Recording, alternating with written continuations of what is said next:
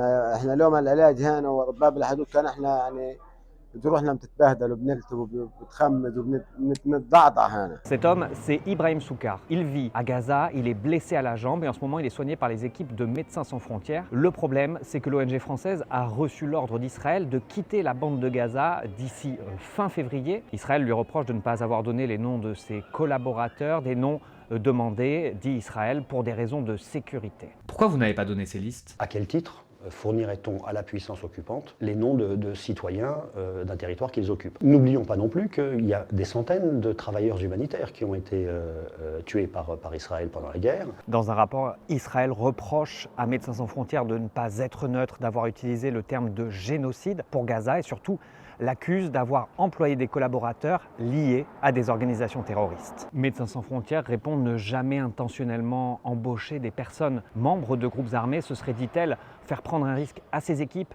et à ses patients. Cette infirmière britannique s'inquiète. Avec la perte de l'agrément israélien, ses soins sont menacés. I think if we have to leave and we have to close our activities, those patients are not going to have any care anymore.